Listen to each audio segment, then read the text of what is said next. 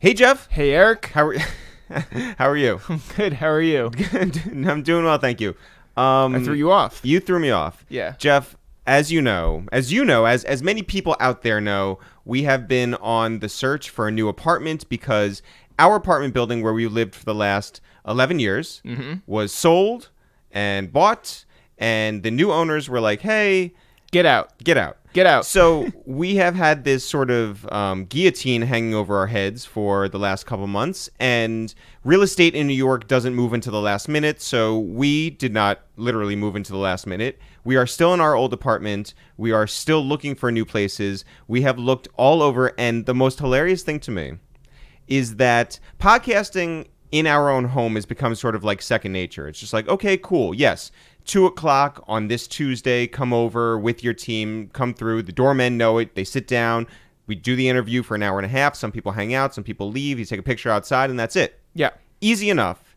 Now I feel like every place we go into, it's like we should basically be bringing Jim Jones and like the Migos and LMA and whoever with us as we look at places. So that they can decide if it's good enough for us? Honestly, we've been looking all over, but we did look at a place the other day 2 blocks from us, and we went there, and the bedrooms are basically Nothing. all bed. Yeah. It's just one mattress and nothing else, and then a huge living room. Which would look so good for everybody. We're like, oh, we got a video podcast. Well, this room would look great. Now, at the end of the day, trudge off to your closet to go to sleep in. Yeah, it's sort of like a vampire. Also, the bathrooms in that place were a little weird because one was normal. One was normal. One you had to step up into the shower. As in a foot off the ground. It's like, who builds it like that? I mean, this is New York. You try to fit whatever you can into a small space, but this... I mean, we've seen some weird apartments. ...was too much. We looked all over. We looked at a duplex. You know, We've seen a couple. Yeah, that's another funny thing, too. It's like, is this too good to be true? The answer? Yes. Yes. Every single time it's yes. There are places where it's like, hey, there's a garden outside, and no, it's just like a slab of concrete, and you're literally standing next to the garbage. Or there's a dumpster that's like hanging in midair, and they like... Yeah, and they call it a balcony. Yeah, what was that place that they had like... These shipping containers. That was the duplex. Everything is weird. Everything is weird in New York. You think you're just going to find a normal apartment. How do we do it the first time? I don't know. We lucked out. And now we are still looking for a new place. So we've done 230-something episodes in a row. We have never missed a week. Mm-hmm. If we do miss a week, guys... It's because we're homeless. We don't have we don't have electricity. We're gonna do it like they did in the park. Yeah, plug it in. Maybe we could do it from like an Apple store or something. You know what? I bet we could. But in the meantime, wait. By the way, this Jim Jones LMA thing that you're talking about, yes, it's a pretty good idea. We could sell it to like Vice or something, where it's like us looking for an apartment with whoever. You know, like knocking on the walls, being like. Right. Like, is this hollow? Is this right? You know, is Jeff, this good for hanging? That's a good positive attitude. Yeah, something tapestries. Good has to come out of us getting kicked out of our apartment. What do you think Cameron's tapestry game is like? You know what? I'm willing to find out. Who are we calling? Vice? Yeah. But get Vice on the phone. Get Vice on the phone. Get Vice on the phone. And if you want to keep up with everything that's going on with us. There's only one way to do it, and that's that a is good transition. To sign up at ItsTheReal.com for our new email newsletter. Yeah, you can go there. Go to ItsTheReal.com. It's right on the homepage. Yeah. Right? Big letters. We make it very easy for you. Sign up, put your email address in there. We're not going to do nefarious things with it. There's a bunch of people who like will write to the contact thing and be like, how do I sign up for the newsletter? Right. It's right there on the front page. Yeah, don't do this like sort of Don't dance around the question. just go to the place where it says sign up for the newsletter. Yeah, and just sign up. Yeah. It's very simple. Thanks to everyone who has signed up. Shouts to everyone who's responded back to us and said, "Hey, this is dope." And by the way. Maybe you don't want to go to the actual website. You can just do it on Instagram. You can send us your email over DM. You can do it on Twitter. Our DMs are open. Very easy, guys. Some people have been doing it on Facebook. Guess where the craziest places we have people sign up for the newsletter? Oh, man. 2 blocks from our house? Yeah. I don't know where. Peru? Wasn't expecting that. Me neither. Shout out to all of our fans. Is it plural? Just one in Peru. All right. Well, shout out to our fan. The one household down in Peru. Just one guy. That's all right. Shout out to him. Yeah. Also, there's a bunch of people in Australia. There's a person in Alaska. Oh, I like that. Where in Alaska? Anchorage. Oh, okay. All right. Unless you wanted me to big do city, like big city. Juneau. No. Juneau. Guys. Also, things I've discovered. We have our second biggest audience, not just like our first biggest audience is obviously in the United States. Sure. Our second, the continental United States, or does that include our one fan up in Anchorage, Alaska? Juneau. Our second biggest audience, is in Belgium. Currently in Belgium. Who knew? How about that? We should learn another language. Yeah. So all you other countries better step your game up. Jeff, on the podcast today. On the podcast today is Hasan Minhaj. This is a big get. Big get. This is a big get, especially since his name has been in the news as of late. He has a very popular show on Netflix called Patriot Act, and every episode is about one topic. Right, so it's a deep dive on everything from the financial crisis to Saudi Arabia to Supreme. Yeah. You know, our biggest scourge on the Lower East Side. which is not why he was in the news. The Saudi Arabia episode was why he was in the news. Yeah. And it was sort of like him versus Netflix. And Netflix against Saudi Arabia. And Netflix against Saudi Arabia. Or Saudi Arabia against Netflix, I guess, right? Saudi Arabia against Hasan Minhaj. That's what it is. Yeah. And that is what Hasan discussed today on the podcast, amongst many other things, including Jerry Seinfeld and growing up in Davis, California, and really going against his parents' wishes and becoming a comedian. He was secretly doing open mics. He won a talent competition where he opened up for Cat Williams out in the Bay. He won a couple. Yeah. And there were dark years in there. There were very successful years at The Daily Show. And he's turned this all into a just honest and authentic career that is unlike any other comedian out there, which is really dope. Very nice guy, very funny guy. And Jeff, my favorite part is that he walked in here and asked if this was our office. Is that he brought up Ben Kickz and called him Benjamin Kickz with a Z. Yeah. Shout out to Ben Kickz. Perfect. Jeff, do you want to recommend 3 episodes? Because people like this part. People want to know what other episodes they should listen to of the podcast, because there are 230-something of these, and people often get lost and they say, hey, you should get Lenny S. on the podcast. And we say, he's been on twice. And then people are like, oh, well, I meant you should get Rembert Brown on. And we're like, oh, well, Rembert's been on the podcast twice as well. So this is the time now, Jeff, where you tell people what episodes to listen to, starting with number 73, Gerard Carmichael. Shout out to Gerard Carmichael, a fantastic episode, man. He came from nothing down there in North Carolina, took a one-way flight out to California to Los Angeles, lived in a smaller apartment than we have with way more people than we have, and came out of that with his own show on NBC, went into the movies, just had this amazing stand-up career, and is one of the most genuine dudes that we've met. What a great episode, Gerard Carmichael, episode 73. I also want to recommend number 226, Two Jews and Two Black Dudes Review Airplane. Oh, that is a great episode. For so many reasons, including the fact that we talk a little bit about the movie Airplane. Yeah, but mostly we talk about, race, and we talk about the news, and we talk about Jews. Yeah. It's a lot of deep conversation. And if you have listened to Two Jews and Two Black Dudes review the movies, this is one to listen to. And if you have not, this is one to listen to. And by the way, Two Jews and Two Black Dudes review the movies has its own feed. Go subscribe over there right now, wherever it is, wherever over there is, iTunes, Spotify, SoundCloud. Sign up and listen to all 10 episodes. Also, number 148 with Ron Funches. Shout out to Ron Funches, who, by the way, has his new Comedy Central special out called Giggle Fit. Right now, it's on iTunes, it's on the Comedy Central app, it's on your TV if you have cable. Did you see that it's the number 1 stand-up act on Comedy Central the past 2 years? I saw that the ratings were crazy. Yeah. Congratulations to our friend Ron Funches, a super, super funny guy. I wonder if he thinks that we're his friends now that he's like number 1 on the Comedy Central ratings. Right. Probably not. Yeah. But I'm going to run with this. Yeah. I'm going to tell, I'm going to write it. He's going to be our guarantor on the new apartment. That'd be Ron Funches. Ron Funches, you are super successful. Send us your W-2 and 2 most recent pay stubs because we need to get an apartment and we need your help. Can somebody at Ron Funches and just make sure that he's our guarantor?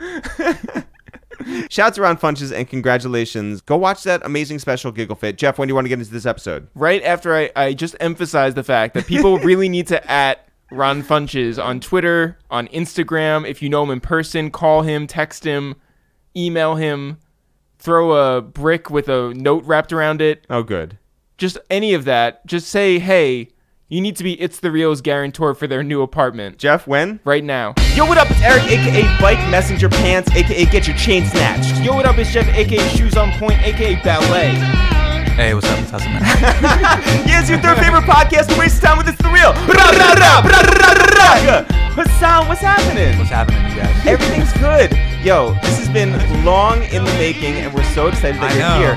I was telling a friend on the phone last night, our friend Shinsuke, I was like, yo, we have someone big coming over tomorrow for the podcast. And he's like, oh my God. And I'm like, and it's someone who's been in the news recently, and he's like, oh my God, is it R. Kelly? And I swear to God, we're like, no. And by the way, sorry to disappoint, but it's Hasan Minhaj. Wow, quite the bait and switch. Quite the bait and switch. But you have been in the news a lot. Yeah. Obviously, we're out here getting banned. You've been big out here online because sneaker shopping with Joe LaPuma. So let's get into it. That's what we really want to talk about. Yeah, let's get into it. Yeah, go. please. Yeah. Let's go. So the people want to know, do you have to pay for the sneakers that you pick out? Wait, I've never been on sneaker shopping with Joe LaPuma. I did a parody. We had a special called Goat Face on Comedy Central, and we did a segment called Sneaker Boss. Right. And I played Joey Souls, who is basically an alter ego of Joe LaPuma. He would be like an SNL character audition that you do for Lorne Michaels. You'd be like, hey, what's up? I'm Joey Souls. And we did our version of sneaker shopping, but basically it's called Sneaker Boss. I go meet different people who have and I see their sneaker collections, but I go meet this the Dolez brothers who have these rare and exclusive Air Jordans. And so in the sketch, we see the gambling debt 8s because we all know MJ had an insane gambling addiction. Yes. We see the Hitler stash 25s, where on the sole of the shoe, Michael Jordan has the full-on Führer stash, and he's dunking on Winston Churchill. And by the way, shout out to Hanes, which is a proud sponsor of the podcast. Oh, shout out to Hanes. Shout out to Hanes. Yeah. And then what else? And like the Cry Face 35s or whatever. Yeah. So it was a cool little thing. But yeah, I'm a big fan of Joe LaPuma. Jenna, we've been asked to do it, right? Yes, we've been asked to do it, but we haven't done it yet. Right on. This is like when I can't wait to do it. Well, I'm a huge fan. Are you going to top or not? People ask us all the time to go, are you related to Joe LaPuma? Are you Joe LaPuma? People ask Joe LaPuma, are you Indian? We're like well, how do you respond when you're asked that? We're intercontinental cousins is how I respond. But you have been in the news recently. Yes. Obviously, Netflix, which has been a wonderful platform for you. Sure. Was sort of shit on because they banned your shit. Yeah. Yeah, they pulled it. They pulled the episode due to a request from Saudi Arabia, the kingdom. Yeah. Not great. Apparently monarchs don't like getting made fun of. No. Yeah. Absolute authoritarian regimes don't like getting made fun. I don't know why. I think that Trump has a really good sense of humor. Yeah, totally. That's what made him run for president. Yeah. But so like when you get that call, yes. What was that call like?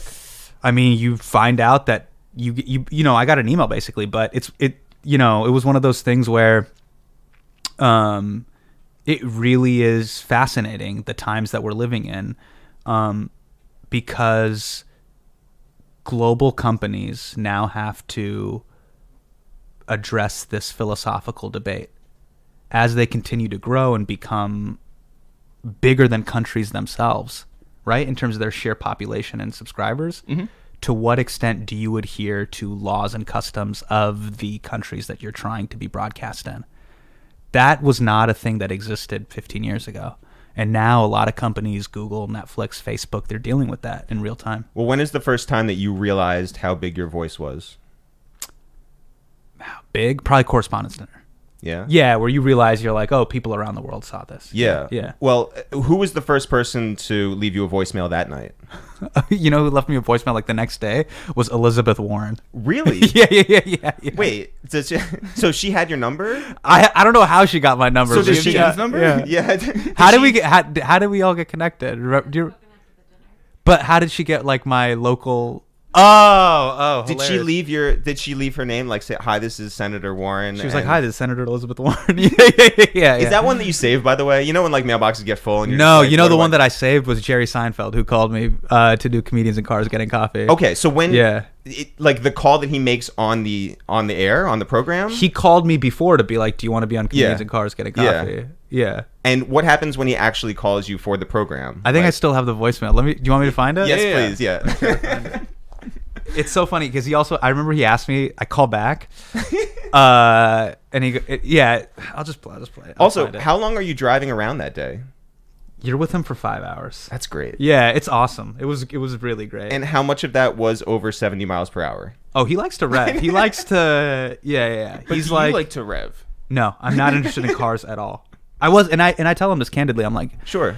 I go, Jerry, I'm going to be 100% real with you. I think cars are stupid and pointless. I think watches are stupid and pointless. And I think baseball's a dumb sport. Please convince me otherwise. You're an all-time comedian. You're an all-time comedian. Like, yes, like, sure, basketball is not as good as baseball. No, he has control of the edit. So I want to do a counter edit piece. I want him to be on Patriot Act and do an Act 2 segment called Baseball Stupid. And now I'm in control of the edit. So I can... Anytime we have this full-on conversation, because if you watch the episode, you see that I acquiesce, and I didn't acquiesce. I would acknowledge his points. He took out the but. There I'd be like, okay, that's cool, but. So of the three things, you would say he's best at comedy, and then where do cars and coffee fall? I would say, comedy is number one. Dare I say, I think it's the thing that made him a billionaire. Yeah, sure. Yeah. But you know what? To give him credit, I'm really interested in not what you do, but why you do it. The epistemology is as to why you do what you do, whether it's copping sneakers or why you're a musician. His why as to why he's obsessed with cars and watches, specifically analog technology. He loves things with great craftsmanship. And so when he explained that to me, I'm like, all right, I get it. Yeah. I mean, it's antiquated, but I get it. But then you would have to say that to Tom Hanks. He's obsessed with typewriters. He is. Yeah. Right? But it's like, I respect the why. And it wasn't to a point where you went out and bought a watch afterwards. No. Or a car. No. The most expensive watch I have is the one that my father-in-law got me when I got married. Well, congratulations. That's very nice. Yeah. Does Jerry get you anything for being on the show? Like no, you know what was really cool? It was almost like Charlie and the Chocolate Factory, where he took me on this sort of quest through New Jersey. And then at the end of it, he was like, Charlie. And I'm like, yeah, Mr. Wonka? And he goes, you passed the test. And then he had an envelope. And he's like, because he goes, it was really great hanging out with you. And I could tell you're a real comedian. You're in it for the right reasons. Like you really do love comedy.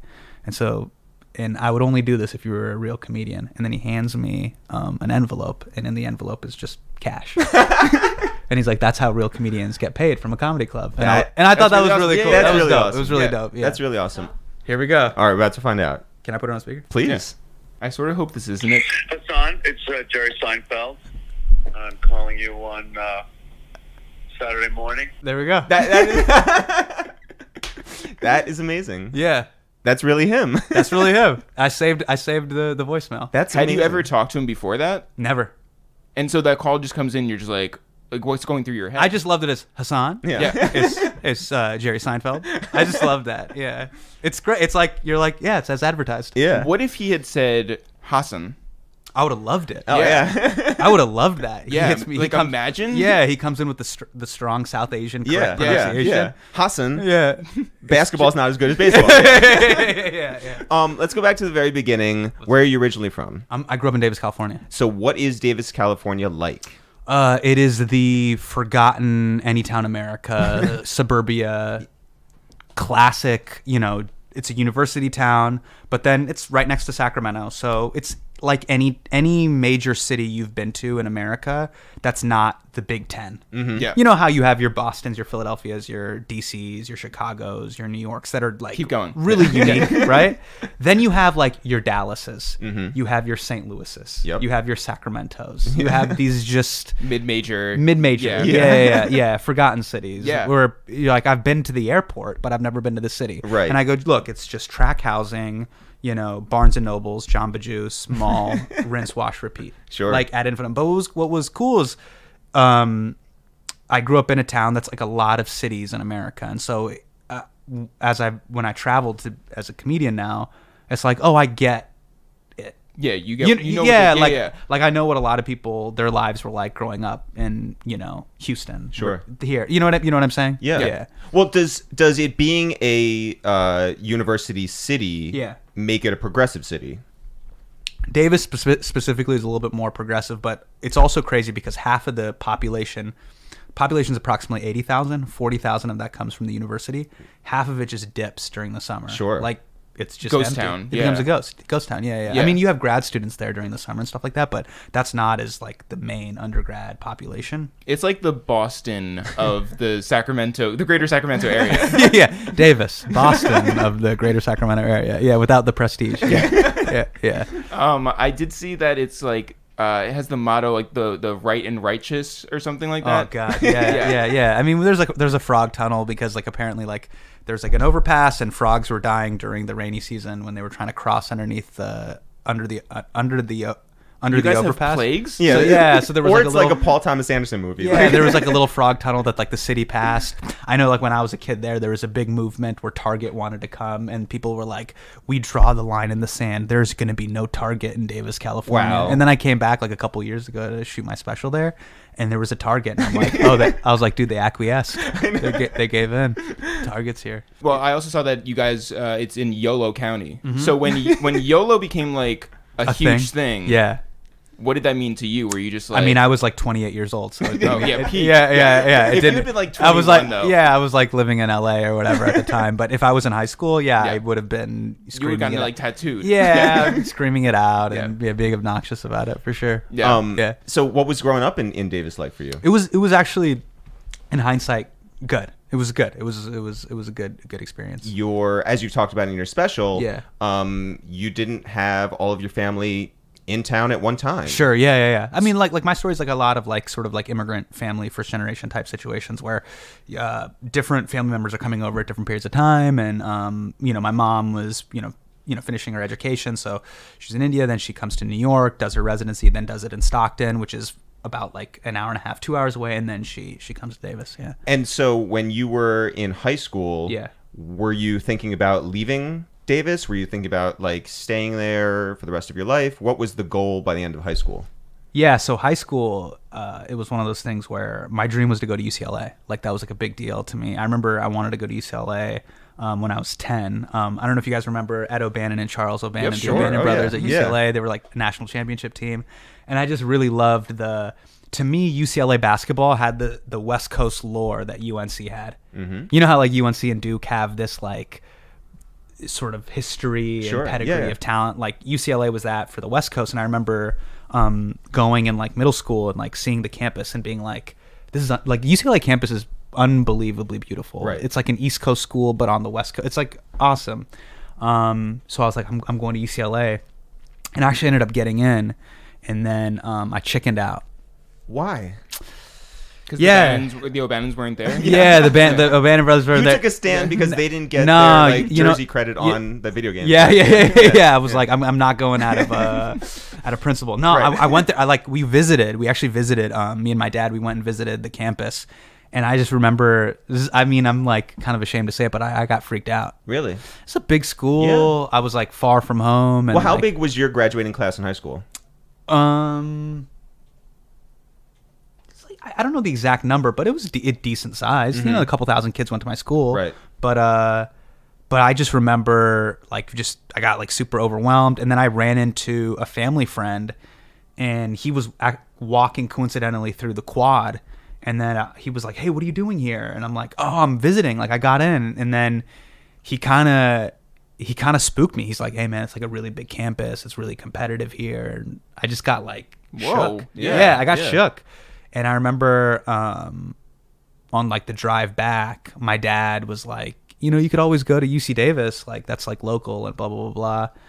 And I could have fought. I could have been like, no, I want to go to UCLA, but I just I chickened out. I shot myself in the foot. Well, I panicked basically. What did you think you wanted to major in like at that time? I was like any like Indian kid. I was like pre-med, whatever, Mm-hmm. I was just on in all the majors. I'm going to be a pharmacist, dentist, doctor, job security. Right.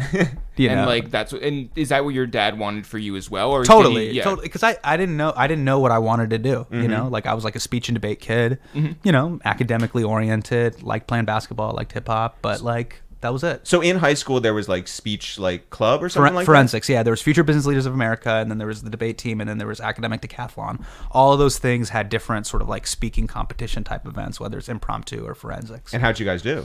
We did all right. Yeah. And I was pretty good at it. Like I didn't realize, like that was like my first time like understanding performing. Yeah. Like really understanding that like, oh, you can perform in front of people, and it's like it's a skill set. Yeah. It's like being a great writer or a filmmaker. It's like a specific thing that you can like learn and do. But I didn't know. I got involved in it, and then I started doing good. We got like to states and nationals and stuff like that. It was really cool, and I was really good at impromptu. And I didn't realize this, but like if you're funny in a speech and debate tournament, or like in a speaking tournament, you'll get more points. So I inadvertently realized that's comedy. That's stand-up comedy. You have a taker position, and if you make it funny, you're able to like engender empathy from people in the audience. So there is an audience there. It's not just the judges. You have the judges. That's your audience. Sure. You know, but that's no different than a current open mic. So Yeah, when you're you're- trying to make like one person. Yeah, like you're trying to Michaels. Yeah, you're trying to make 6 people laugh Right. who've been watching comedy, quote unquote, Yeah. all day. They've been in an auditorium watching kids speak about for or against a certain topic. Yeah. So if you break the fourth wall, or if you break the mold a little bit, you have an unconventional way of like, you know, bringing up your argument. You get extra. I would notice when I would go by the book, I would score a certain way, and then when I would just flip it on its head and be like, yeah, man, that guy's argument is stupid, or like, you know, you would, this guy knows what I'm talking about. You would do that type of stuff. The judges would just automatically, I could see it in their eyes. I'd be like, I've been here all day. He's kind of being original and innovative. I'll give it to the guy who looks like Joe LaPuma. Yeah. I remember I read a book maybe like 9 years ago or something, but it was about debate club in Kansas City, these inner city kids. Yeah. And they were up against all these white kids who would basically speed like through points, and it was just like about how quickly you could talk, like the Micro Machines guy. Sure. And then like because they just like did it a little bit different and like added a little attitude or added a little like, you know, finesse or whatever, they just like went to states and they became like this feel good story, this amazing that's awesome. thing. That's awesome. So they would almost like add like spoken word poetry type vibes to like, got it. Or just like anything, like because like everything was just like like the Eminem sort of like totally.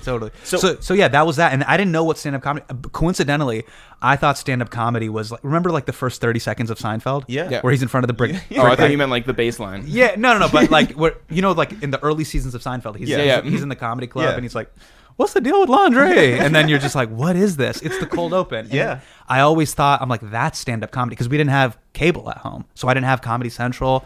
I didn't see that whole era of half hours that like really were like seminal for a lot of young comedians that were my age. Yeah, Premium Blend and all that. All that stuff. I didn't know any of that stuff until I got to college, and then Kazaa, Napster, and all that stuff was like super popping. Yeah. And when I got to college, then I could see like Greg Giraldo and all these guys as half hours and Premium Blend sets, and I'm like, oh, that's stand-up comedy?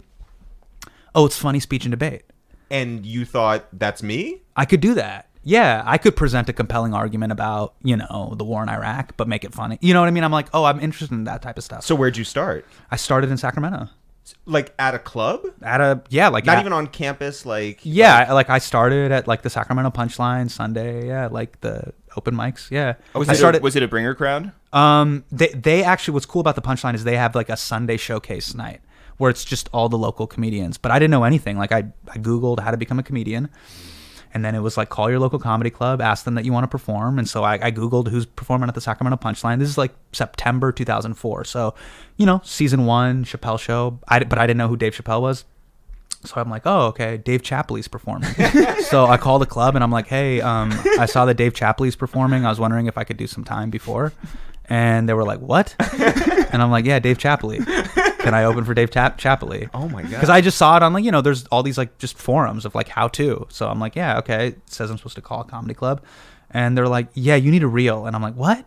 Yeah, you need a reel and a headshot. They were trying to get rid of me. And then I like end up like Googling how much headshots are, and I got really discouraged because like people have to pay like hundreds of dollars to get photos taken of them.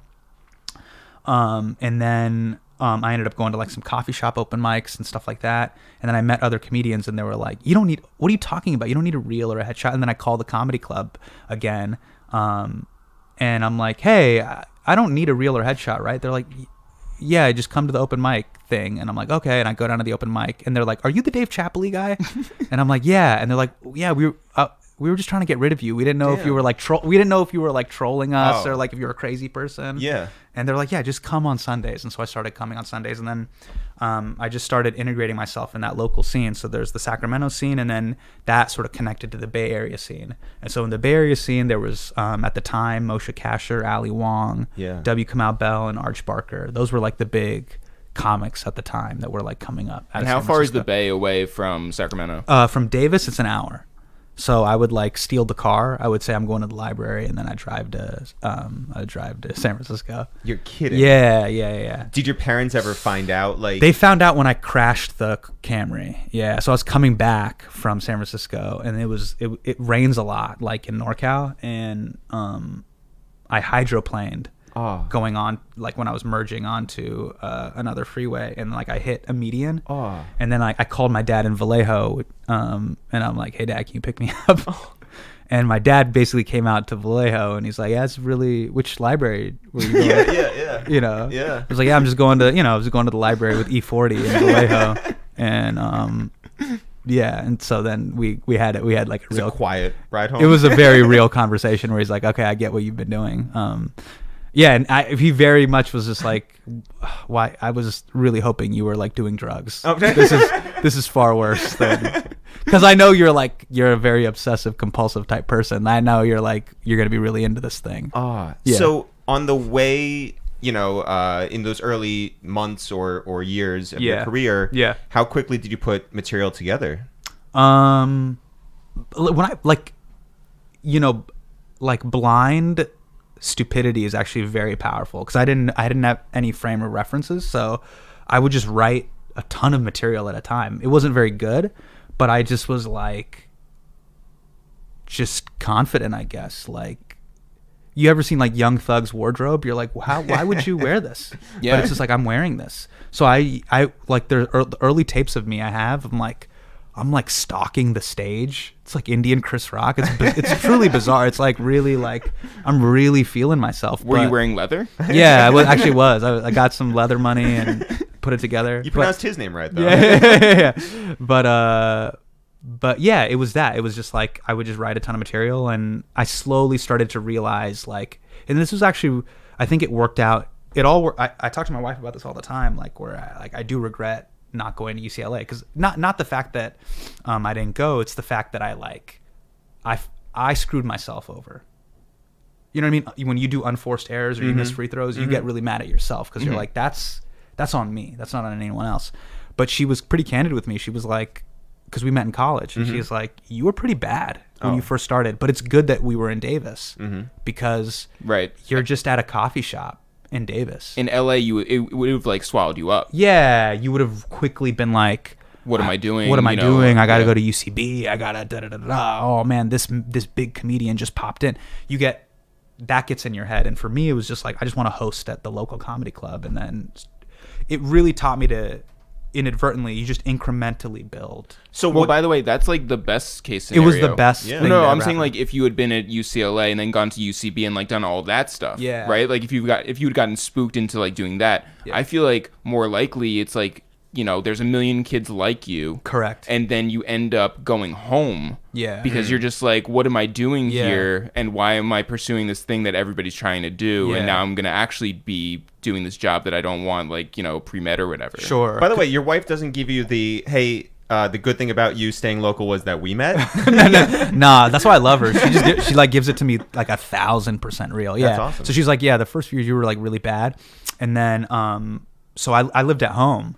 So I'm just, I'm at home, 18 to 22, sneaking out, doing comedy or whatever. And then around 2021, my dad finds out that I was like sneaking out and doing comedy. We have that sort of conversation where he's like, all right, well, you got to finish undergrad and you got to take the LSAT. So we had this negotiation. I'm gonna take the LSAT. The LSAT has 5 years on it, right? It expires in 5 years.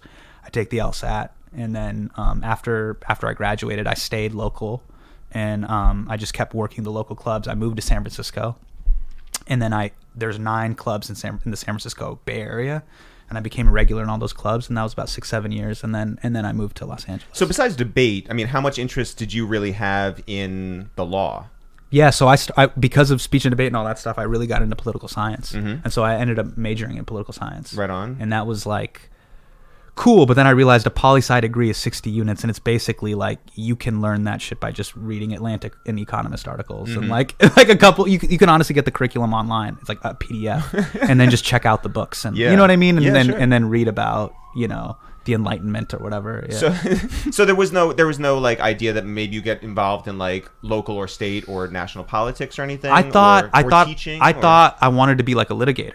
Like that was really cool. I thought maybe I'll go to law school and I'll get into be like in the movies. Sure. Where you're yeah. Well, because there is that thing too where it's like you go to college and you can either use your degree for what you are learning, or you can just like use it because it's interesting in college and then go on and do something totally different. Yeah, but then I started learning about things like the Bronx Defenders and but like what public defenders do and all that stuff, and I was like, that could be really cool. Yeah. Where a lot of people, by the way, in comedy were former attorneys or like law school dropouts. Dimitri Martin, Greg Giraldo was an attorney. So when you guys all Harris. Dude, Kamala Harris has a killer 15. Like, I don't know if people have seen it. It's like super, like real edgy too. So wait, is that something where like you guys like talk about different things with litigation when you all get together? No. So yeah, me and the ghosted Greg Giraldo, we like talk shop all the time. Not him, but we meet at the Comedy Cellar or something, and we're just kicking it. I realized that in hindsight. But then when you think about like Dimitri's act, it's very scientific. Sure. there's like a method to it. You know what I mean? And he's also got charts. Yeah, totally. I wonder if Birbiglia was I wonder what Mike Birbiglia's major was. I bet it was probably like English. I should ask him. Yeah. With Georgetown. Yeah. Text But like, him out. Mulaney's dad is like a super like esteemed lawyer, attorney. Yeah, it's conservative. But yes. Oh, is he? Yeah. Wow. Like hated the Clintons. Yeah. Oh yeah. I remember that story. Yeah, I remember that. yeah. But that story is great because he went to college with the Clintons. Yeah. And Bill was super creepy. Because he would hang outside of dorms. Yeah. So you're going to school and you're doing these open mics. Yes. And what's the first point when you really feel like, even if it wasn't like a big crowd reaction, something where you're like, I know that my material is really solid? They would have these like local competitions, and they had this thing. Wild 94.9 was the big hip hop station in the Bay, and they had this thing called Best Comic Standing. So every year there's a thing called Comedy Jam that comes to San Francisco, and it's like Hot 97 Summer Jam, but for comedy. So it'll be so the parking lot's crazy. It's fucking nuts. Yeah. Ebro's there. He's hosting. Well, he's from the Bay. He was our local. He was our 102.5. He was like the DJ. It was cool growing up. Yeah. So like Ebro, when I met Ebro, I'm like, dude, you were like my childhood hip hop radio station DJ. But so anyways, it was the local competition with all the comedians in the Bay and Sacramento, and it was at the Punchline, and then all the radio DJs were there, and they would judge, right? And whoever wins that competition gets to open Comedy Jam, and Comedy Jam's stacked. It's like Cat Williams, Gabriel Iglesias, Russell Peters. Like, we're talking about like big mega acts do it, right? And that year Cat Williams was like the headliner, and this is like peak Cat Williams. Dipset. Yeah. Dipset chain Cat Williams. Yeah. My wife and kids, Cat Williams. But I ended up winning, and that was in 2008, and that was like a big deal. To me at the time, and in this like in the city at least for Bay Area. How much time do they give you? They give you 5 minutes. Okay. And nobody people are filing in. Sure. But it was a big deal in the local comedy scene. Totally. Like he's good. You could ride off that for a while. Yeah. It meant it was a big deal. Sure. Yeah, for me. And then how do you parlay that into the next? Well, thing? It made me realize I was like, man, like maybe I am like pretty good at this. I was like 4 years in, and then NBC, there would always be these festivals that would come up to like search for talent, and then NBC had like this big comedy search thing, and I ended up becoming a finalist in that, So those two things happened in the same year, and I'm like, man, maybe this is a sign. And so I just used that as a sign. In 2009, I moved to LA. Whoa. And did you get a headshot? I finally got a headshot in 2009. Yeah. They were really bad too. Did you do any of like the ones where it's like over the shoulder, like the prom thing, or like... I didn't do the prom thing, but they're pretty whack. They're pretty whack. If you scroll down on Google Images far enough, you'll find them. Wow. Yeah. Well, I just found out something I'm going to do today. Yeah. yeah. Scroll So down. you moved to LA, and what part did you live in out there? I lived everywhere, man. My first place, I lived in an attic in Pasadena. Oh. Yeah, it was like $250 a month. All right. Well. Yeah, it was great. It was a great rate. But you didn't have your own like bathroom or anything? No, I had to share. Yeah. Yeah, and then I lived everywhere. I lived in Pasadena, then Burbank, Studio City, downtown. I lived everywhere. And what were you looking to do out there? Just like I was get on any stage? Yeah, dude, it was just like Vimeo link in a dream. Yeah. I'm just out here trying to make a career in show business. Sorry, one more time. I want to go back to you being a roommate. Did anybody have like weird tests or like weird ways for you to get accepted into living with any of these people? I mean, one dude was just, I lived with this crazy personal trainer dude. He was nuts.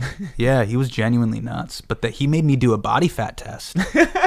We met, and he had like one of those machines you hold it like this that you do the thumbs, and it tells you Scientology? Yeah. It was Scientology. And but yeah, you put both your thumbs down, and then you're part of the Church of Scientology. I was like, fuck, that's cool though. And then I did that. Yeah, he was out of his mind, but I was like, rent's really cheap. And then yeah. So you passed. I passed. Yeah. Wow. He's like, you're funny, dude. You can live with me. And I'm like, all right. Yeah. So obviously, like, New York is unlike Los Angeles in that, like, you can jump on a train here and hit like 6 different stages in a night. Yeah. Did you have to make that sort of destination planning? I was driving like crazy. Yeah. You have to drive a ton. There's a lot of driving. Like, you have to drive to like Orange County to a mic, then to like Ventura. Then it was rough. And when did you have like the sort of tipping point out there where you're like noticed, where you're accepted, and you're winning? Yeah, I started integrating myself in like the LA comedy scene, and like right around 2012, 2013, 2014. That's like when things started clicking. It took a few years. So who were some of the people you're running with? The same sort of San Francisco crew that started immersing themselves down there. We were all like friends, and that was really cool. So you already had like a built-in sort of network. That was the cool thing about like being from NorCal and the Bay and being part of that comedy community. Is a bunch of them would siphon off and then go to LA. It was almost like high school graduating classes. Like, oh, Ali moved to LA. Oh, Moshe moved to LA. Like, it was like a big deal. And so you're like, okay, maybe I should move to LA. Yeah. Yeah, it was like that. And did you feel like you made the right decision? Like you were like an LA guy? No, the first few years I call them the dark years, man. It was not good. It was really, I was away from family, friends. How'd you have structure in your life? I didn't. It was really bad. It was just bad. You're just like, I don't know. Also, I really do feel like I fuck with New York a lot. Like, I really love New York. I love the way Knicks fans are. I love the way the arts and the craft of everything is appreciated in this city. That's the commodity here. Like, the intrinsic value of what you do. LA, the commodity everyone's trading is fame. Mm-hmm. And that's empty in and of itself. You know what I mean? And so when you come in and you're not famous, then you're just desperate to try to get famous. And you're not about the work. And that was like the first few years was like, am I supposed to go to clubs? Right. Like, am I supposed to go to party? You don't know what you're doing. Yeah. Whereas everyone here, I feel like in this city, it's like, hey, I'm a Broadway performer. Like, I'm a singer. I'm a dancer. That's all I do. Like, I that consumes my life, and that's in and of itself. I'm a journalist. I'm a podcaster, whatever. People are like really obsessed with their grind and their craft. So the first few years was just me being lost. I didn't know what I was doing. And then I sort of found like a close-knit group of friends, and we started making videos, and it's just like you figure it out. Yeah. Yeah. Do you think that you would have made it had it not been for the internet? No, I don't think so. Yeah. I think the traditional powers that be were kind of like, they weren't really feeling what I was about. You know what I'm talking about? Like the older comedy bookers and stuff like that. It's just comedy looks a certain way and has a very certain audience to them. You know what I mean? Yeah. But even like the rhythms of it, like everything, it's just like all of it. Yeah. They just kind of just be like, what's your deal? I don't understand. You know what I mean? Yeah. So it's Jerry Seinfeld. So in that time, were you thinking like, okay, maybe I don't have to do stand-up to get where I want to go, or I'll do television, or I'll do viral videos, or I'll do something that will get me to the next level? Yeah, I didn't realize this, but like the perfect place for me was The Daily Show. And I was doing a lot of things. I was like a recurring character on like a short-lived sitcom with Raven Simone called State of Georgia on ABC Family. Yeah, like I'm like, because those were the rules. It used to be like, people would tell me this all the time. If you're on a sitcom, then you can tour, and then people will know you. You're the guy from the sitcom. And it's like as seen on Home Improvement, and you're selling out clubs for years. Right. But I was in that late, what is it called? The aughts? Yeah, 2002. Sure. Mm-hmm. The whole culture was shifting from this old way of doing it. Like people started to become famous from just YouTube, or people started to become famous from just like SoundCloud or a podcast. All the rules to the game started changing, and I started noticing like I just gotta authentically be myself and put it into something, and people will start noticing. So what were the things you were living on, and you were able to go home and like at a wedding, and you see all these relatives, and they're like, "What's up?" And you're like, They'd be like, "I saw you in that Pizza Hut commercial."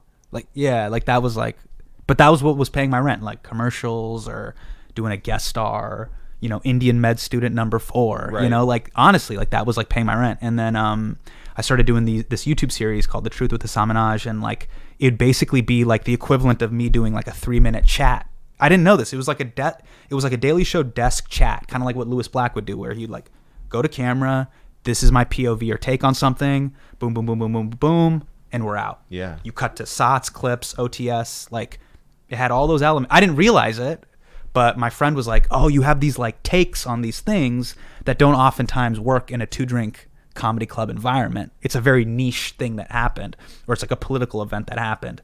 And then someone from The Daily Show, a couple people had like caught wind of it. Well, I mean, did you already have like what were the numbers like on that? Like 200,000, 300,000, but like, so there is an audience for it. Yeah. But it was one of those things where it's not like I was like a huge no, but YouTube like, draw. but it wasn't like you were speaking into like 37 years. Yeah. And like people had written up about it, like, "Oh, this is a cool series" and stuff like that. And then I remember in passing one time they were like, someone had told my manager, "Oh, they really like your stuff at The Daily Show." But The Daily Show is one of those things where the lineup of correspondents is like 5 or 6. It's not a huge ensemble cast. It's pretty small, especially during the John era. And people would stay there for a long time. Like Samantha Bee was there for 12 years. John Oliver was there for 8 years. So when someone leaves, it's like a big deal, right? Because then you have like a vacancy. And I remember when Michael Che left to go back to SNL to do Weekend Update, there was like an opening. And that's when I auditioned in 2014. Hey guys, just want to interrupt this podcast for 1 quick second. 1 sec. To let you know that because we're moving and we don't know where, now is the time for you to go to ItsTheReal.com/shop and get yourself an It's The Real t-shirt, because it's winter and you better bundle up, because we might be homeless. That's the one right there. Guys, before we move, help us out. Get some of these t-shirts so we don't have to take them to, I don't know, Central Park. Now is the time to go to ItsTheReal.com. Grab yourself a 2 Jews and 2 Black Dudes t-shirt. Grab yourself an It's The Real AKA t-shirt. Grab yourself one of the remaining few Rockefeller t-shirts that we have. Now is the time. ItsTheReal.com/shop. If you want to lend us a hand in moving, we need to find a place first. Yeah, otherwise we're going to be wearing these in a tree. Ron Funches, if you're out there, help us find a new apartment. Jeff, and now, back to the podcast. I remember my manager emailed me and was like, "Do you want to audition for The Daily Show?" And I'm like, "I think this could be like," I couldn't believe it. Yeah. Because it's very rare that like the Venn diagram of all the things that you're into comes together. Yeah. You know what I mean? Ahead of time. Yeah. When did you like have it within you to believe that maybe this could actually like happen? There were just a couple, like, I had enough wins at that point. They were, you know how like when you're coming up, like you'll have a key win. All you need is a few key wins on your belt, and you can coast off of that for like a year. Yeah. You'd be like, "We did this thing," and like, all right, we'll be all right. You take a bunch of losses, but you're like, "Remember when I won Best Comic Standing in 2008? Like that'll take you to fiscal 2010 or whatever." Yeah. It will, like, honestly, or like you book that recurring thing, and the show may not be great, but like you saw the waiting room and you're like, you beat out all those people to be med student number 4. Right. So this is meant to be. Yeah. But it's key wins, right? So that it was that. So I was like, I had done that. I had gone to to be a finalist for I got to do Montreal New Faces, which is a big deal, just for laughs, right? Yeah. That had happened in 2013. And so it just made me feel like you can do this, man. Yeah. You know what I mean? And so what was the audition process like? Well, because I was doing a bunch of independent stuff, I shot my own audition tape. So my buddy Aristotle Theories, he's like a friend of mine from LA, and he goes, we should shoot a field piece. And I just shot my own field piece and we put it together. But suit and tie. Yeah. So I took my JCPenney suit out. We're like, let's do this. And we shot a field piece and we put it together. And I submitted a field piece and a chat idea. And then they saw it 2 days later. They're like, John wants you to screen test. Can you come and screen test? And I'm like, all right. And I went in and I did the screen test. Flew out here? Flew out to New York. What's that plane ride like? Super nerve-wracking. But I remember I still have my packet. I still have my original packet of all right, you're going to do this joke, this joke, this joke, this joke, this joke. And it's highlighted and the whole thing. But yeah, I was super nervous. But I was also out of everything you've auditioned for, you can do this. Yeah. You know what I mean? I remember a year before I had to audition for the reboot of Wild 'N Out. And I was fucking terrible. Right. But I'm this is not that. Right. This is your thing. Yeah. So I came in with a little bit of hey man, you got this. When I saw John, I got shook for a little bit because it's it's him. It's the goat. It's the goat. You know what I mean? He's Jewish Yoda. Yeah. You're just Yeah. But then you settle in a little bit, and the things I'm proud of is that there were a couple moments where with one of the producers you'd sort of do a pre-interview before of hey, you're gonna just know that the prompter's over here, turn and say this, and they go over what's going to be, you've written the chat, so it's going to be in prompter. There were a couple things where I kind of make fun of John in the chat, and the producer's don't say that. But I sort of held them in my back pocket at the line of scrimmage, and I started feeling myself a little bit in the chat, and so I went off script a little bit, and I could see the prompter pause. The prompter guy's what the fuck's going on? But then John started laughing, and John does this thing where he'll hit the desk if he's kind of feeling it. And so you could see Johnny hit the desk once, and then all the writers and all the producers, they were like, oh, okay, we're cool. And then he's riffing, I'm riffing, and we're just going back and forth. And it's comedy's kind of a thing where if you catch a vibe, if you catch a moment, it is very magical. Yeah. In that room, it just feels like a magic trick. What's going on? And then I was able to land the plane back into prompter, and we go back into prompter. And then the button of the joke is he had just directed a movie called Rosewater. Mm-hmm. And I'm making some point about I don't know, it's the U.S. involvement in Syria or something like that. And then I'm John, it's kind of like the movie Rosewater on Rotten Tomatoes. It has 83, and he goes, it's 86. And I go, nobody's seen the movie, John. And he starts laughing. And I remember for a lot of people, it was that was his passion project, right? So don't make fun of it. But I made fun of it. But John is one of those guys. He's so good at laughing at himself that he laughed at it, and everybody else laughed at it. And it just I was really happy that I took that swing. Yeah. You know what I mean? That I was just fuck it, let's go for it. Because you could have not. Again. Yeah, and just do exactly what's in the prompter. Right. And I was no, button it. Right. Button it with something, and it paid off. After you leave the audition, do you go back to the hotel? Oh, he was. He drove you back? Yeah, he drove me back. He was you need a ride? 5 hours. Right. I was walking back to the green room, and then he's hey, where are you going? And I'm I'm going back to LA. And he's well, I'll see you Monday, right? And I was what? And he's I'll see you Monday. And I was what do you, how? And he's well, you work here. Wow. So I'll see you Monday. Yeah, so he hired me. That's really in the awesome. studio. It was really cool. Yeah. I posted the video. It was really cool. All the producers came in the hallway, and they recorded it, and it's really cool. They gave me that. Nice. Yeah, Jen Flans gave me that video. It was really cool. So shout out to Jen Flans. Yeah. So that's a good ride home. Yeah, it was awesome. And so then I remember I ran out of the studio. It was remember that last scene in Pursuit of Happiness with Will Smith? Yeah. You know, when he Yeah, gets the yeah, job. yeah. It was like Will Smith Pursuit of Happiness scene. And then Do you like that movie because that's based in the Bay? I love that movie. That movie's fucking awesome. Yeah. I will unapologetically. I love that movie. That's It great has an movie. Yeah. 83 on Yeah, Rotten yeah, Tomatoes. yeah. And Jaden's great in that movie too. Yeah. I run over. You know, it's the Daily Show's like 52nd and 11th. Yeah, I all the way over. Yeah, it's all the way west, and I run to like I don't know where I am because it's like. I'm not from New York, so I'm like, where? Like, being that far west, I was a little disoriented. I run to 51st and 11th, and there's this like, there's this subway and this Kumon that are next to each other, and so it was super cold. So I'd like, because it's like October, November-ish, so I get underneath this awning in front of this Kumon, and I call my my fiance at the time, was now my wife, and I'm like, I got it, like I got it. And she's like, what? I'm like, I got it. I call her. I call my mom. It was nuts. And then, like, the person in the subway is like, are you coming in or are you coming out? You're standing in front of the door. People get, like, super pissed at Subway, especially the Subway's far west, because it's all the cab drivers. They're like, what are you doing, man? I gotta get a meatball sub. It's $5 footlong day. Get out of the way. But I just posted in that Subway for, like, an hour. I'm like, what do I do now? Oh, I didn't know. I thought that you were talking about a train station. I was like, Yeah, train No, station. Subway, like Sandwich Subway shop, sandwich yeah, shop. Yeah. And I was just like sitting in there for like an hour in like a suit. That's so crazy. Yeah, and I'm like, where do I go? Jen, you know, like I don't know, I don't go anywhere, and I have no hobbies, so I'm like, what do I do? Like, you know how people are like, I'm gonna go to this store and then I'm gonna go to the Strand, and I'm like, I don't know what do you got? Just in the Big Apple, like, man. Eating this, at the same time, your life was Subway. like figured out and then like totally like not figured out. Just everything's up in the because air. we were supposed to Yeah. get married. We were getting married in January, so I'm like, good news, bad news. Yeah. Like the good news is I got this job, so we Right. have like solid employment. The Right. bad news is the wedding's canceled. yeah, because my wife, she was getting her PhD at UCLA. Like she's the high achiever, right? She went to UCLA.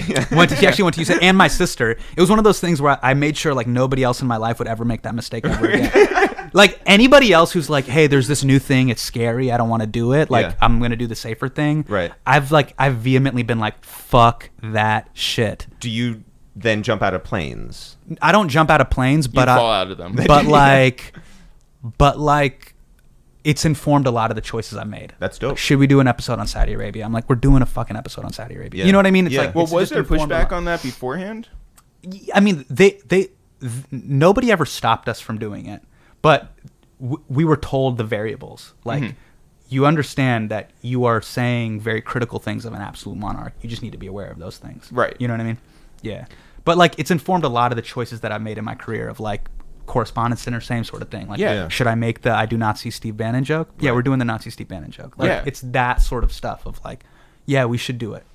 So you get the job and you do start on that Monday? Yeah, we started like, John was like, take a minute to pack up your thing. But yeah, it was like a few weeks later, I'm in New York. And then you moved out here? I moved out here. I was like, I'm like, I have a fiance, but I had roommates. It was crazy. So you'd never spent considerable time out here? Never. I had just come for like, I used to do this thing called NACA, which are like these college gigs. Oh, sure. Yeah. That's So the only time I had spent in New York was doing all the SUNY schools. SUNY Oswego, SUNY Albington. Like that's the time You I did would the spend whole in circuit. I did Yeah. the whole circuit. Yeah. Cobleskill. Yeah, Yeah. all of them. Yeah. Really sad. Oneonta. Yeah. Really, Yeah, like yeah. really sad. Yeah, they're not like beautiful like your campuses out in No, like, no. like people say like, oh, that's a beautiful campus out Yeah, here. yeah. No, we Yeah. have like garbage campuses. Oswego is the is like the armpit of Yeah. I remember exactly. at Oswego, they were like, don't do any jokes about drugs or meth. We have like a big meth and heroin problem here. And I'm like, got it. yeah. But did Might you have to cross push it back off, on yeah. that? I didn't have 20 minutes on meth and heroin, unfortunately. I'm like, do you know? Okay. But you want to know what you leave with 20 minutes? Yeah, I got a good 20 on that. Yeah. So you move here, and was it like just diving in the deep end? Like, Well, what was cool is that like it gave me this Disneyland fast pass of confidence in the New York scene, where it's like, oh, you're the new correspondent on the show. So then I start integrating myself into like the scene pretty quickly, and people are like, oh, you're the guy who just got hired, you know? Yeah. And so that was really cool. And then I like started meeting all the comedians out here. You know what I mean? yeah. Did it take you a while to get like a spot on TV?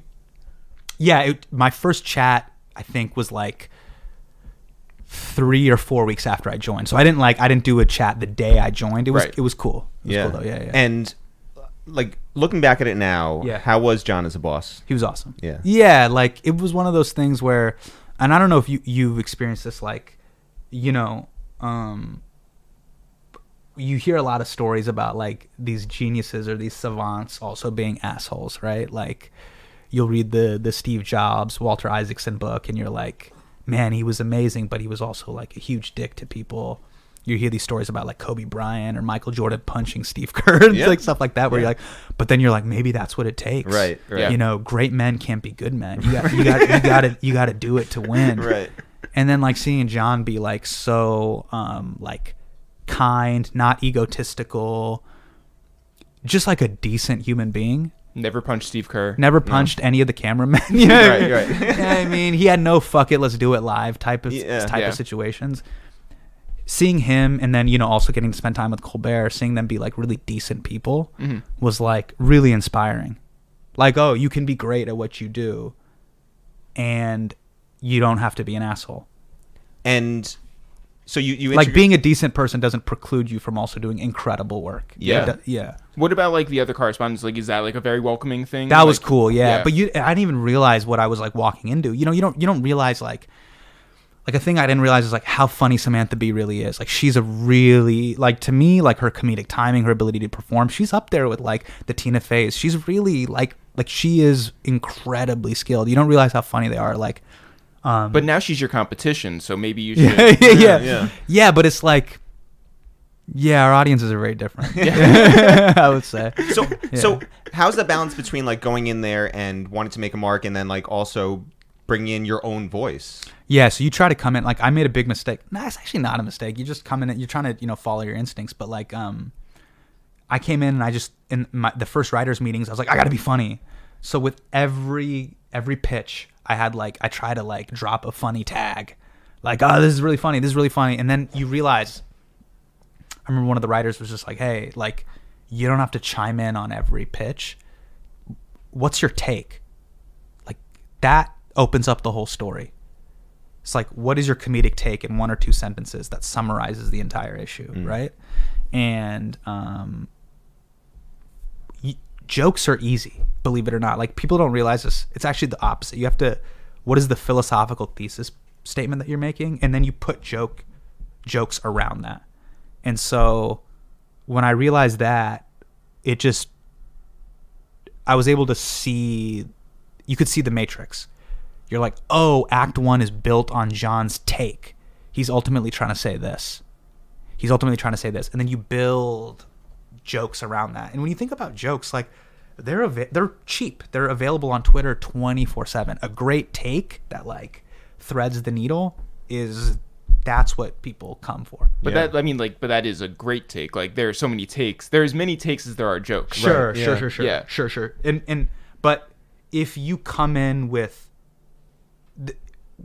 what comes first, the chicken or the egg? In this case, what comes first, the take or the joke? You have to start with take. Right. I agree with that. That's the thing. And I can't believe, like, you know, I was 10 or 11, almost 12 years into comedy, and I then realized, I'm like, oh, I've been thinking about it the wrong way.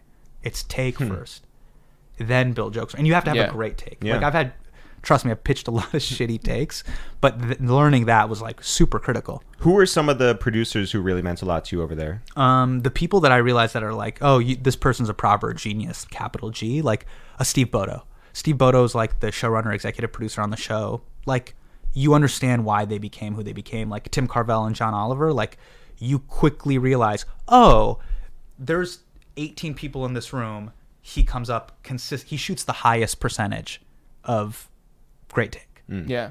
Like, he's like, yeah, this is what everybody's saying. This is what's really happening. Yeah, Jon, we would generally have it. And, you know, like, late night is a quarterback's medium. So SNL is an ensemble cast. It's like putting together a great basketball team. You got to have a great, you know, guard, shooter. Like, this is a quarterback's medium. It's built. Your limiting factor is the host. Yeah. Like, if you have a whack host, or if the host isn't particularly talented or driven, the show drops immediately. Whereas in other situations, the ensemble, Kate McKinnon can carry this, Keenan can carry this, and you put the ensemble together, and it's like it's a meal that builds over time and talent. Seeing Jon, like, and realizing, oh, you have to come in and the host has to have the best take. And generally, if you come in with a head full of steam about a topic, you're able to build pretty quickly around that. Versus being indifferent about things, then it's very hard to write to that. Yeah. When it came to putting together your own show, Yeah. who were some names that like maybe you weren't able to get in terms of like behind the scenes, but who you like actively tried to get? Yeah, like I basically reached into that Daily Show Genius Rolodex. That's how we got Jim Margolis, our current showrunner. And it's basically like you basically need somebody like an offensive coordinator to tell you what not to do. Because my limiting factor, it's not passion or work ethic, it's wisdom, dude. Like it's why, like, you ever wonder, like, you'd be like, why did Drew Bledsoe have like a 16-year career? Like who was the quarterback for the Rams who went to the Super Bowl? Kurt Warner. Yeah. Kurt Warner, right? Like he had a long career. Why wouldn't you go with like a 22-year-old quarterback? It's because they've seen shit at the line of scrimmage. That's an intangible factor. That's wisdom. It's like their arm may not be there. They may not be able to like scramble the way, but they just don't crack when the blitz comes as quickly as like a young quarterback. And I realized that wisdom is the limiting factor I don't have as a host. I have to surround myself with people, or at least a showrunner who's going to tell me, am I saying something, A, that's factually inaccurate, B, that's naive, or C, that just is straight up hacky, or it's a trope that's been done before. You got to prevent me from those three things. And finding that's was like critical. So what was it like, and how did you find out that Jon was going to leave The Daily Show? He called us into his office. It was crazy. Everyone together? The correspondents. Yeah. He called like me, Jason Jones, Samantha Bee, Jordan Klepper, and Jessica Williams. And he's like, can you come to my office? And then he told us, he's like, yeah, I'm not going to be coming back. And what'd you do? I was like, dude, you can't do this, man. I just got married, man. I can't do this. I just moved to New York. You can't do this to me, man. Because you don't know the future of the whole show. I don't know the future of the show. I don't know I was like, dude, I made it. You can't do this to me. And he found that a compelling argument, and then he never left. And he was like, dude, you're right, man. Like, honestly, like, it's been 17 years, and who am I to have you move out here? It's going to be tough on you and Bina. You got to, like, no, I'm going to stick around for another presidential cycle. And you're like, you know what? And I'm like, thank you, dude. Yeah. You're solid, dude. You're solid, dude. I heard being like, you're going to come back, though, right? And he's like, no. I remember like, you're going to come back wearing the 4-5, right? Yeah. And he's like, what? I've said some dumb things around Jon. I've said some like really stupid things I thought were clever. Yeah. And he doesn't get them at all. He doesn't get them. And he's like, what? So, but he did in fact leave. And yeah. And so how did you sort of like, did you know that you were going to stick around? Did I know I was going to stick around? You didn't know. You didn't know what was going to happen with the show. Remember, like, when he left, there was all those articles about who's going to host The Daily Show. Is it going to be Chris Rock? Is it going to be Amy Schumer? Is it going to be Jessica Tina Williams? Fey? Yeah. Is it going to be Jessica Williams? Is it going to be internal? Is it going to be external? Right. There was all these think pieces about, like, who should do it. Right. So what Machiavellian, like, maneuvers did you take? To not host? No, to solidify your place. I was like, Comedy Central, you guys know I'm a fucking pansy, right? Like, you know I shot myself in the foot, and I get scared in big pressure situations. They're like, oh, reverse psychology. Yeah. I found out the same way everybody found out when they're like, Trevor Noah's hosting. I'm like, what? Like, it was the same way. It was the same way too. But what was cool is like, Trevor got hired as a contributor the same day I got hired as a correspondent. So like, it's like seeing like your brother get, you know what I mean? Yeah. You know Blake Griffin has a brother. You know, like Steph Curry has a brother. Seth Curry, right? Yeah. I was Seth Curry in this situation. I'm like, Steph is popping. Steph made it. Yeah, I was the Seth Curry in the situation. But it was cool to see like your brother, like, I'm like, dude, you're the hottest bachelor in New York City. Right. Bro, you're like Derek Jeter. Right. Send him home with a gift bag. Yeah. Like, I'm like, dude, you're like 31 years old and you're the host of The Daily Show. Yeah. Also, like, insane amount of pressure too, by the way. Yeah. What Huge. crazy shoes to fill. Yeah.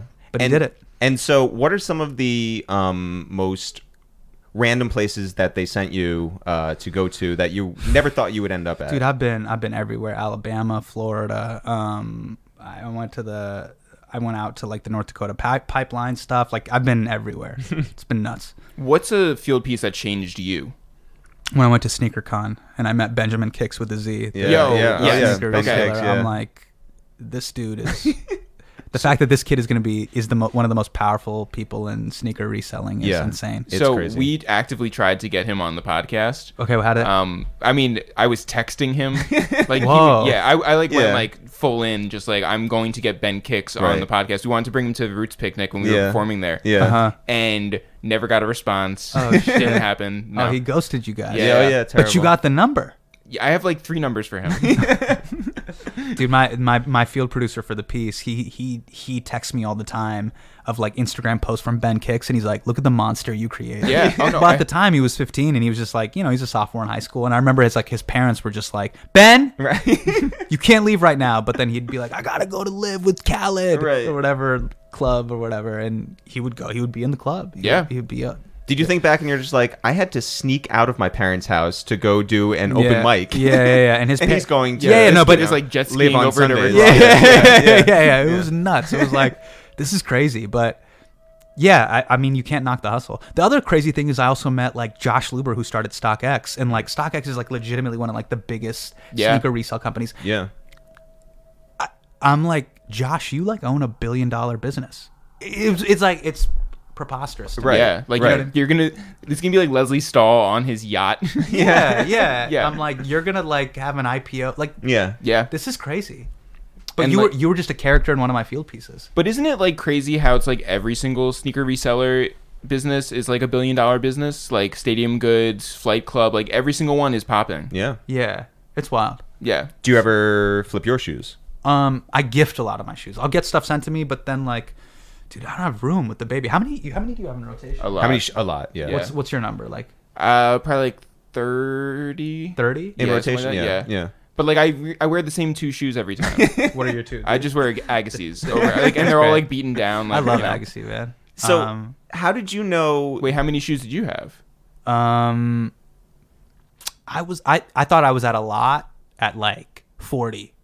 Yeah. But it's not a lot. But No, because then you see like Joe LaPuma and like these things, and they have like, you know, entire like houses for them, and you're just like, cool. like that's cute that you have 40. Yeah. Is your wife as into sneakers as you are? No, and like the older I've gotten, I'm just like, I'm less about like having a ton of shit. I'm on my like Marie Kondo type vibe right now. Did you watch that? Yeah, I did a piece with her. She brought a ton of joy to my life. Yeah. No, it's just one of those things where you got to streamline shit, dude. Like I got to run a show. I got people who work. I got to read all these news stories. Like I just gotta, you know what I mean? I totally get the Dr. Dre wear a black sweater every day. Air Force One. I totally get it now. Where it's just like I can't think about other stuff. Right. Also, like playing the trying to keep up with what's popping. Yeah.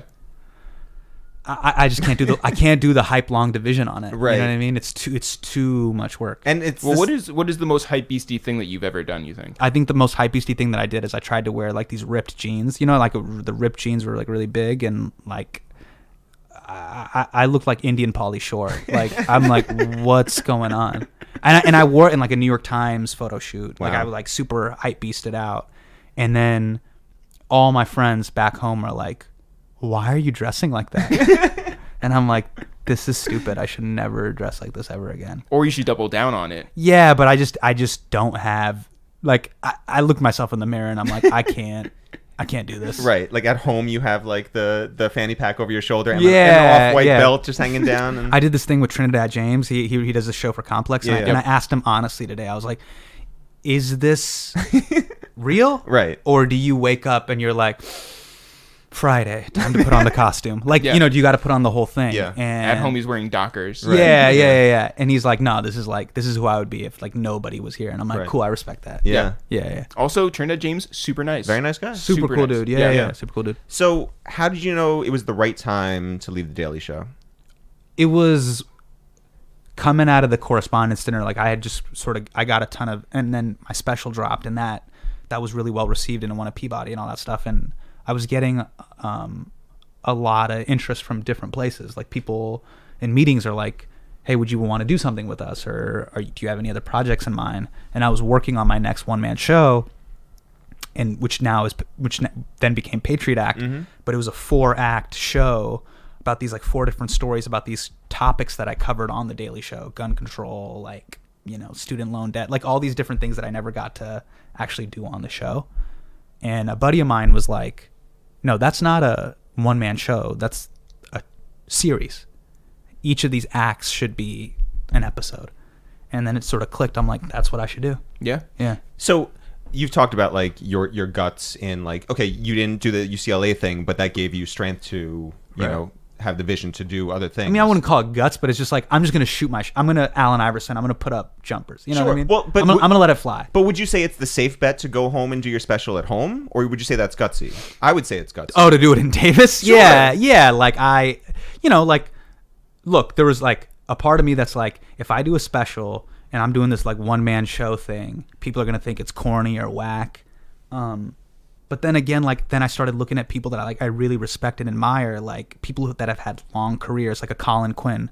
Colin's doing his like 8th one-man show. Yeah. Like Lewis Black, like has done like 18 of these. Like he's gonna be doing. Lewis is gonna do stand-up comedy till he's 85. I'm telling you, like he's gonna be like Dick Gregory. He's gonna do it until he's gonna have dates on the book until the cradle. Yeah. Like until he goes to the casket. You know what I mean? And I was like, fuck it. Like, I should do that. I want to like really craft an hour, do it off Broadway. And then I started seeing that as a cool thing. Like, the genre of comedy is expanding. That's a cool thing. And I've always thought music has been ahead of the curve. Mm-hmm. Music has been ahead of, I think, where comedy is, but they're very similar art forms. And musicians have always been able to bend genre or bend platform, bring things in, elements from different things. You know what I mean? And totally.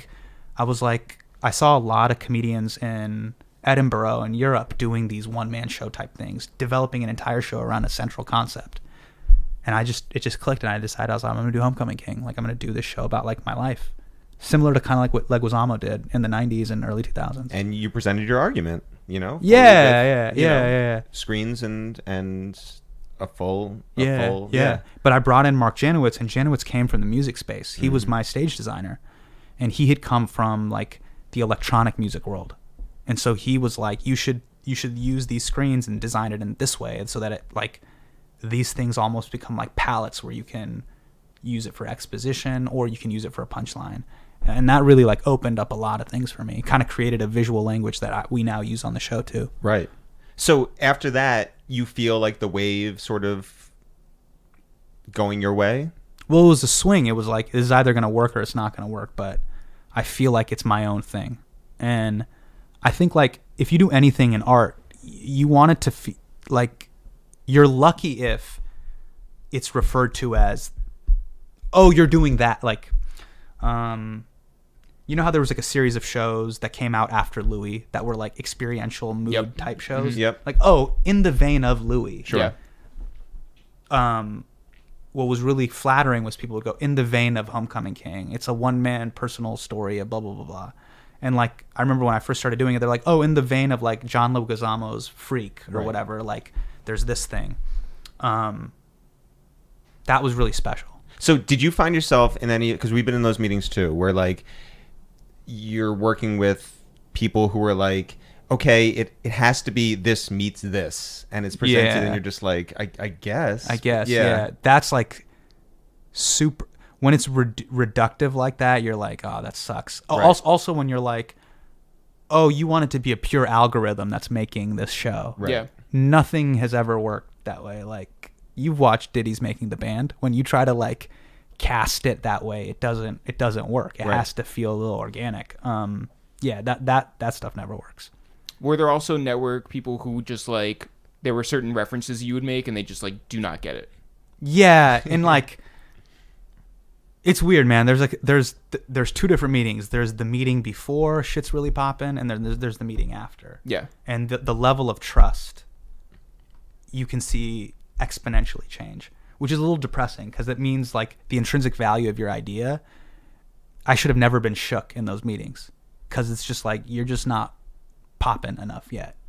So you do the Correspondents Dinner. Yeah. You do, your special is so well received. Yes. You tell the Daily Show that you're going to leave. Yes. Did you have the Netflix thing in the bag at that point? It was in conversation to do. Yeah. So how was that when it was your turn to say goodbye? It was like super emotional, man. Like it's one of those things where you know, you hear like crazy stories about SNL and like terrifying stories about like, and that's when I got fired.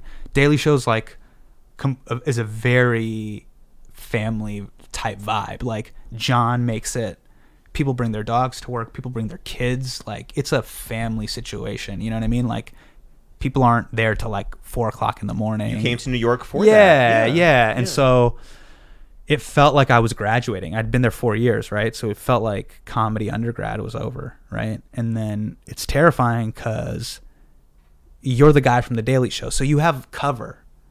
You know what I mean? Like, I'm like Ron Harper. You know what I'm saying? Like, I'm not the guy. I'm famous adjacent, or John adjacent, or Trevor adjacent. You neither did the punching nor got punched. You're just a role player on a championship team, right? I tell John all the time, I'm like, being on the show with you was like being on the 98 Bulls.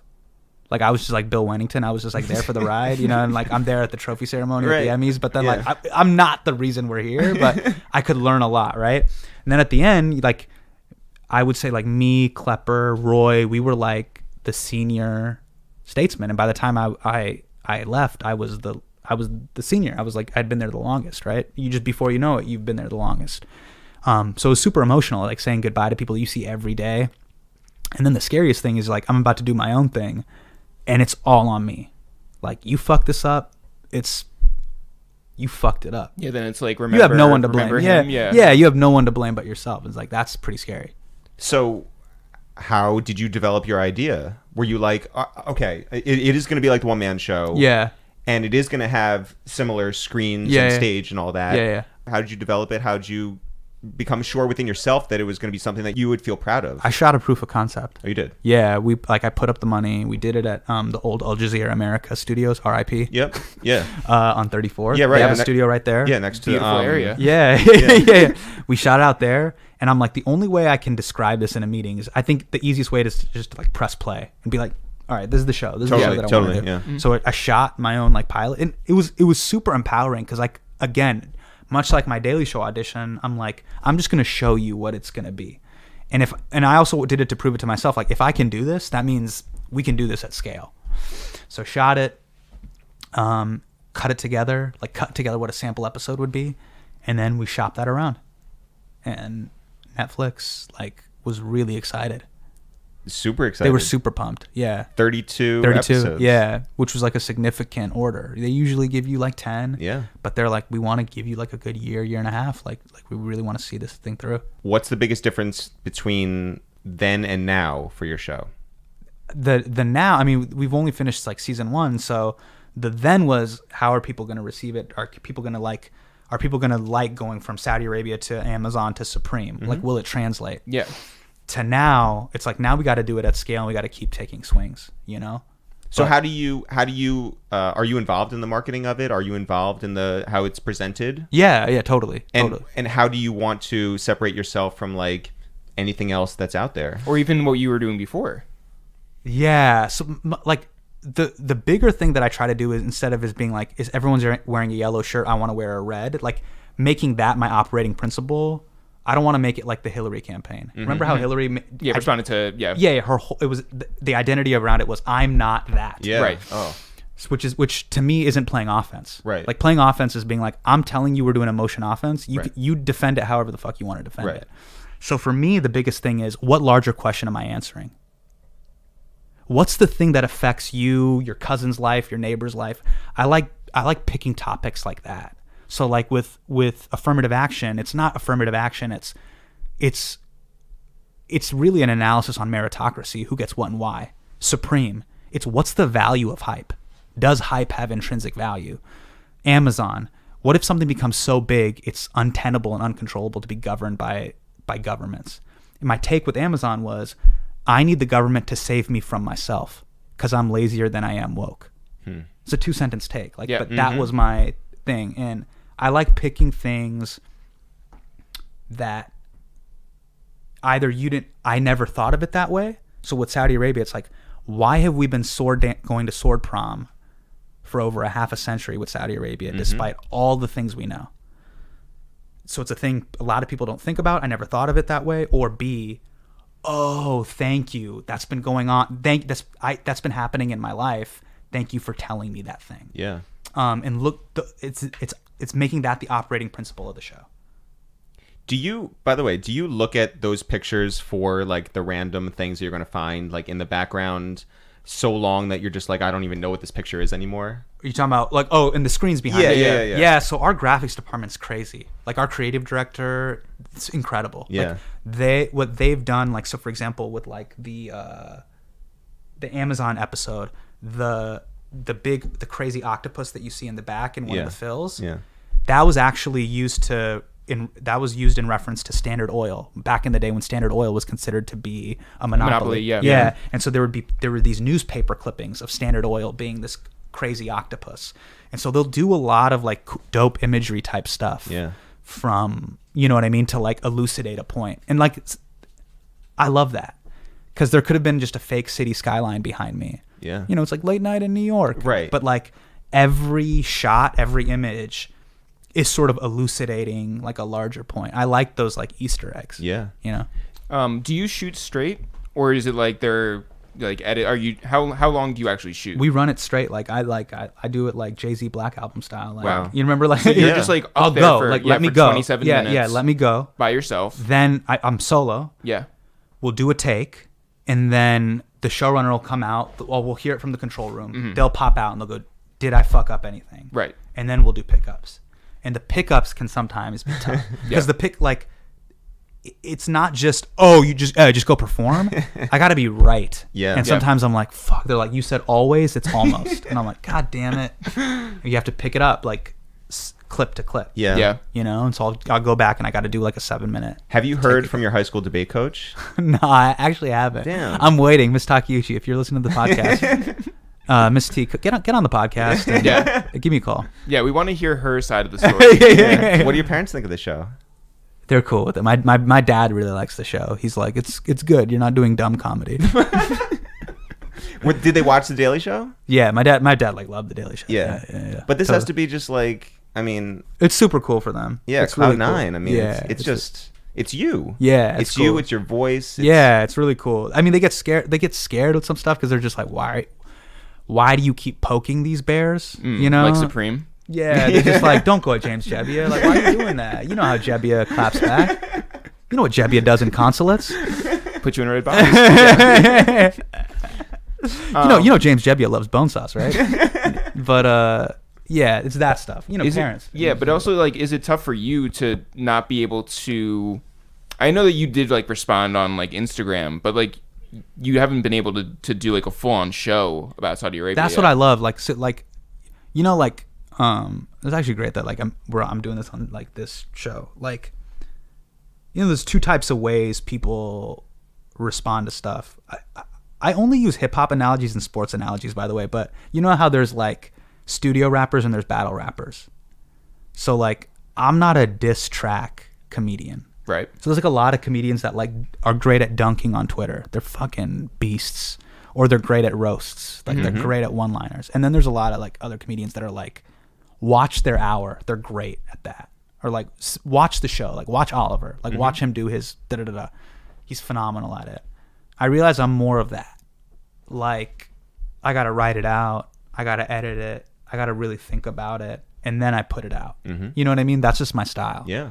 Versus like, but I think, you know, we live in an internet age where it's like, respond right now. Like, what's your take on it right now? And it's like, you got to let me think a little bit. Right. You know? Yeah. But is that something that like, because you and John Oliver have like similar long form investigative. Yeah, but like, is that something that you would talk to him about? Because he's had to respond to real time things. Yes. But like, you're on vacation right now, so you have time to like think about if you would even do that. Yeah.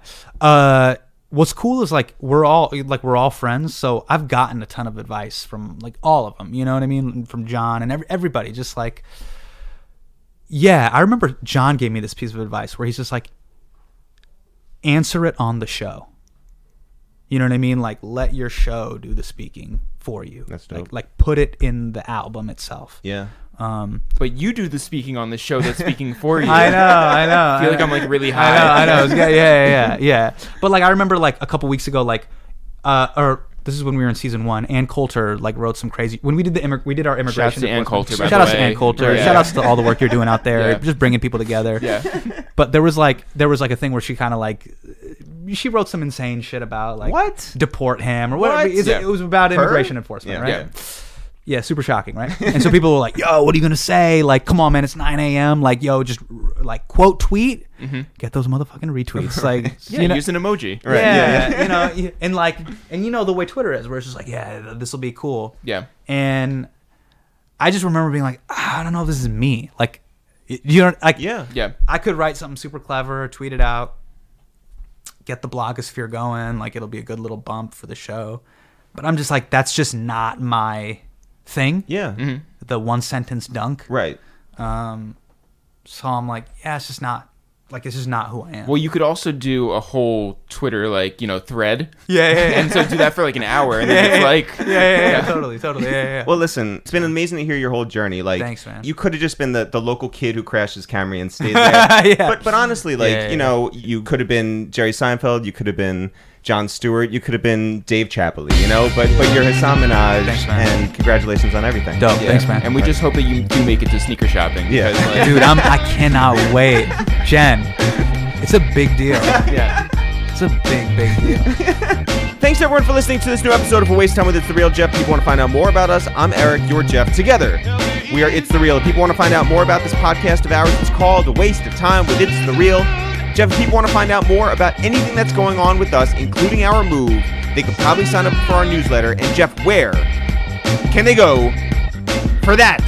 You can always go to ItsTheReal.com, ItsTheReal.com. Go sign up for our newsletter there. There's a button for it. It's very 2019. Yeah, we're really ahead of the curve here doing email stuff. That's right. You can also find on our website, ItsTheReal.com/shop. Hey, go buy some merch. Go buy some merch so we don't have to drag it out to the park and wear it to keep warm this winter.